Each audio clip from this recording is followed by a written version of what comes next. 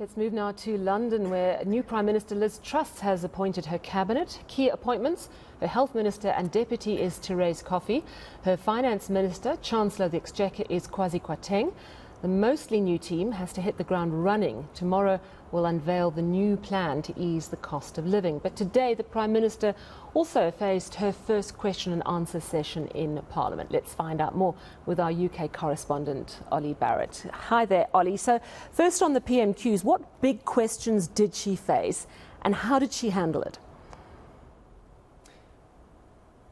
It was a real focus on the energy crisis, the cost of living crisis from the opposition leader of the Labour Party, Keir Starmer, Sally. And that was really what he was trying to get to the bottom of when it comes to what Liz Truss is going to do next on that particular issue.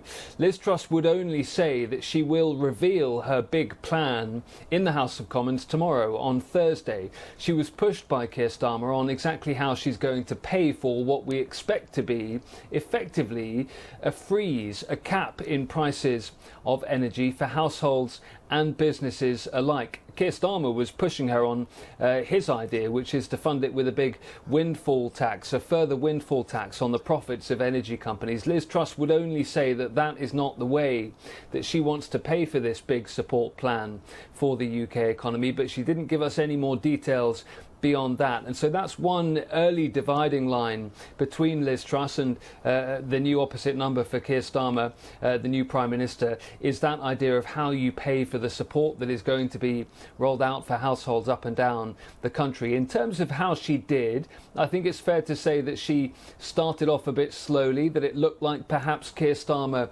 was getting the better of her, but she grew in confidence, and by the end of their exchanges, I think the Conservative MPs behind Liz Truss on the back benches were very, very pleased with how she'd done. Now, that's partly because she kept talking about tax cuts, and Conservative MPs, many of them, love to hear about tax cuts. But as I say, she also seemed to grow in confidence. She sent back a couple of barbs towards Keir Starmer that seemed to land. So perhaps a score draw in their first outing, a very different Prime Minister's questions from what we've got used to between Boris Johnson and Keir Starmer.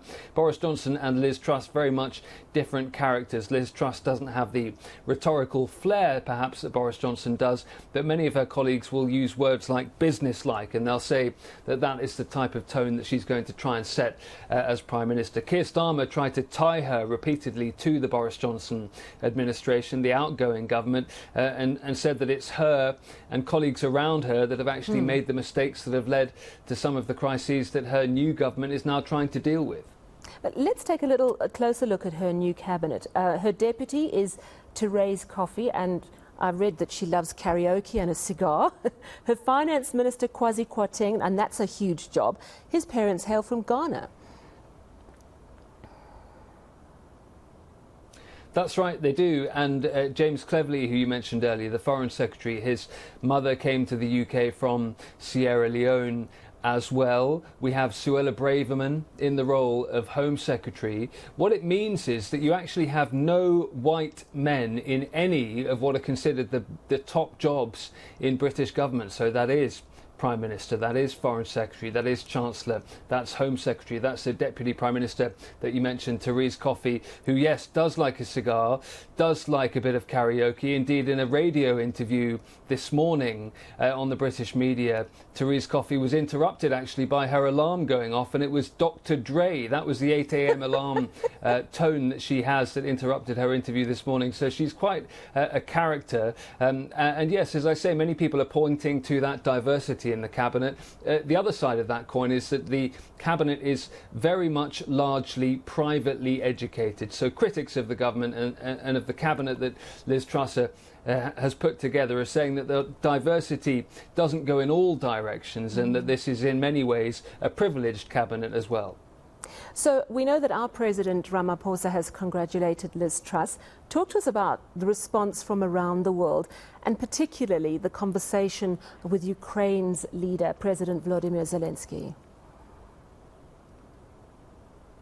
That was the very first conversation that she had with the world leader, and that is absolutely designed to be significant. She knows that Boris Johnson had a very close relationship with Volodymyr Zelensky, that the Ukrainians feel very strongly that the United Kingdom has supported their country, not just during the war with Ukraine, but before it as well, with crucial military training and military support as well. So Liz Truss clearly wanted to make sure that that was the first phone call she made to reiterate the UK's support for Ukraine, and to make it clear that just because Boris Johnson's gone doesn't mean that that is going to change in any way.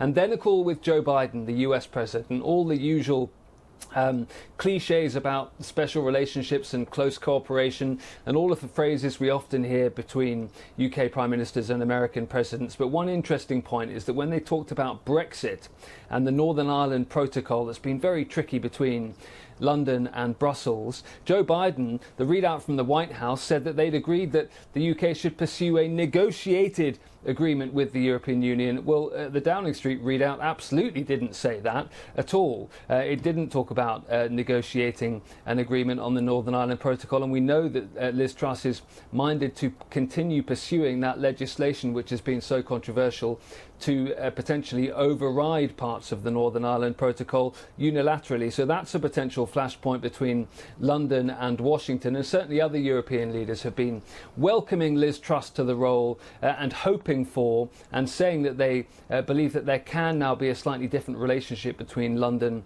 and Brussels and other European capitals. But it very much remains to be seen exactly how Liz Truss pursues those relationships with European nations. Thank you so much for chatting to us, Olly Barratt, our correspondent in London. And